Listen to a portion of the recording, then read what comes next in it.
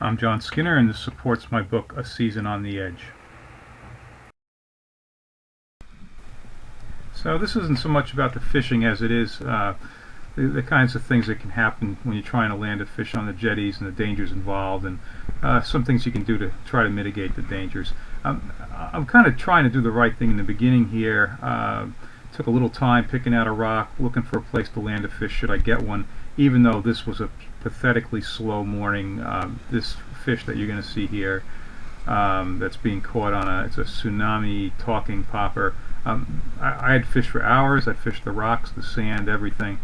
This was my only hit, but it was an interesting landing, so I thought I'd get some good video out of it.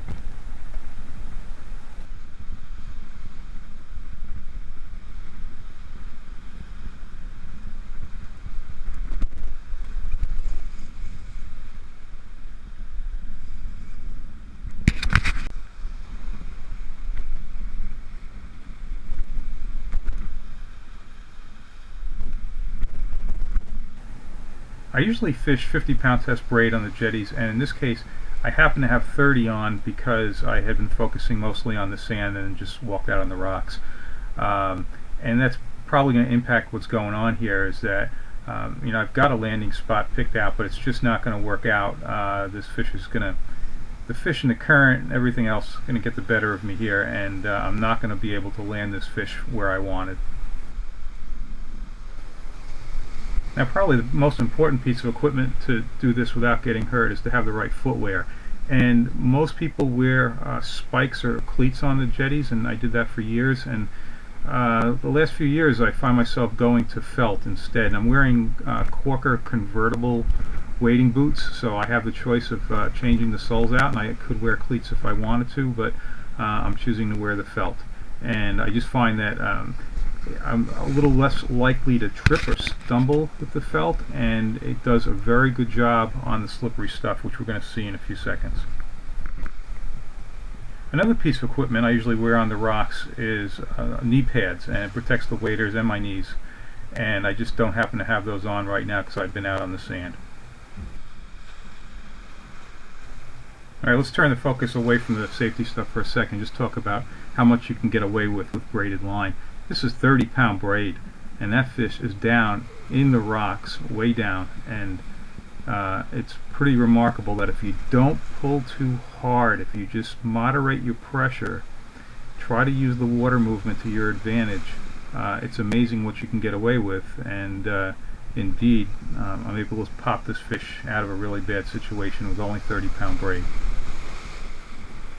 Another piece of safety equipment I wear on the jetties is one of those low-profile inflatable PFDs, or life vests, and I bought that initially to use in the kayak, and it's just so comfortable you don't know you're wearing it, so now I wear it on the rocks all the time.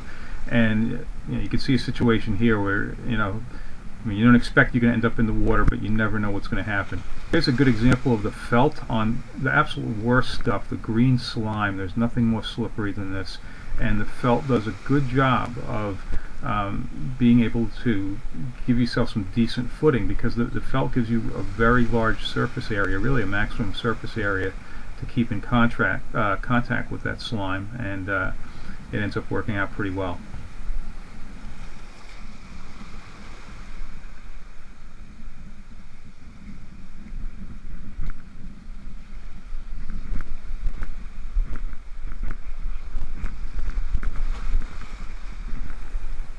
Another tough situation here, what I'm going to do is just try to use those waves to my advantage, be patient, take my time, let the waves bring the fish to me.